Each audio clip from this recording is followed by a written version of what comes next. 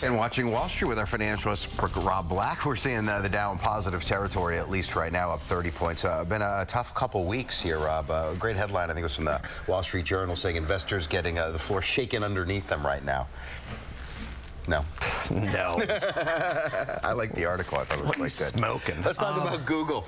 Let's talk about Facebook. Let's talk about this first. Then we'll get to it. The S&P 500 is off 4.4% from its all-time high set 2 weeks ago.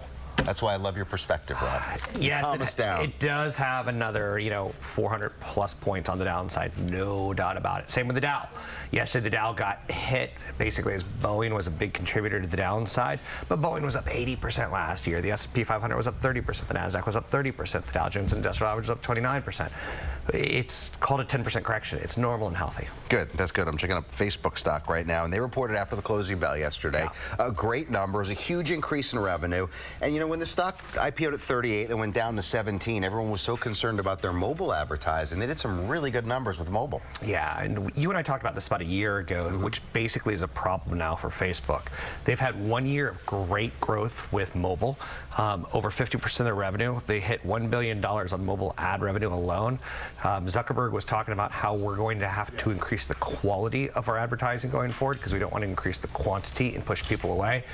He was also talking in a Business Week interview that we're not just going to be an app. We're not going to just be Facebook. We're going to be multiple things like Instagram and other products that we don't even know about yet. The coolest thing about Facebook and Google is they have the brightest people in the world working for them.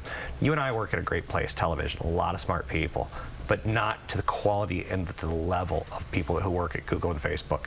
There's upside, but it's a lot less than it was a year ago, and the numbers will become tougher to compare in the next 4 quarters. I wish I was smart enough to buy Facebook at just over 17 a share. It's now at 61.43. It's up 15%, almost $8. And all-time high. Yeah, and then Google. So Google, they bought Motorola. You said mainly for the patents. That turned out to be the case. And now they're selling their handset division for almost $3 billion to Lenovo. It seems like Google's done a pretty good job with breaking up what they bought from Motorola now. Yeah, and they've already sold off the cable television set-top box asset as well. Lenovo appears to buy anything that old American companies don't want anymore. Last week it was the low end of the server unit for IBM. This is Google just staying in high margin business. They still will make hardware, but it'll be stuff that you wear.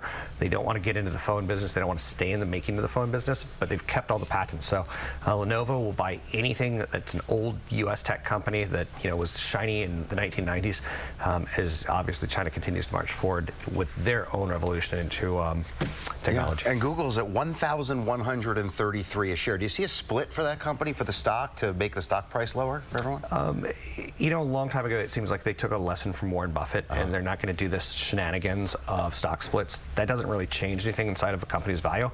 I see Google going to 1,600, pretty much so sooner than later. It's a cheap company for all the growth that you get with it.